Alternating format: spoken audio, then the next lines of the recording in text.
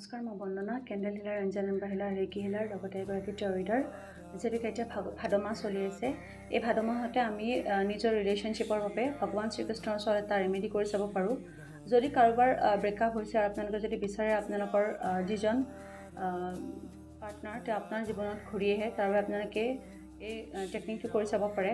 এনেকুৱা নহয় যে আপুনি তেওঁৰ লগত সুখী নহয় আৰু থাকিব লাগে বাবে আপোনালোকে টেকনিকটো কৰিছে, তেওঁ উভতি অহাটো বিচাৰিছে, তেনেকুৱা নহয়। প্ৰথমতে ভালকৈ ভাবি চাব যে তেওঁৰ লগত আপুনি হোল লাইফ থাকিব পাৰে নে নোৱাৰে, ভালকৈ ভাবি চাব। এনেই নকৰিব টেকনিকটো যে কিবা জেদ বা খঙত কৰিছোঁ, তেনেকুৱা নকৰিব। ভালকৈ ভাবি চাব। ভাবি চাই পেলাই আপুনি বিচাৰিছে যে সঁচাকৈ তেওঁৰ লগত থাকিব, তেতিয়াহে আপোনালোকে এই টেকনিকটো কৰি চাব পাৰে। বা কাৰোবাৰ যদি মিছআণ্ডাৰষ্টেণ্ডিং হৈ আছে, তেতিয়াও এই টেকনিকটো কৰি চাব পাৰে।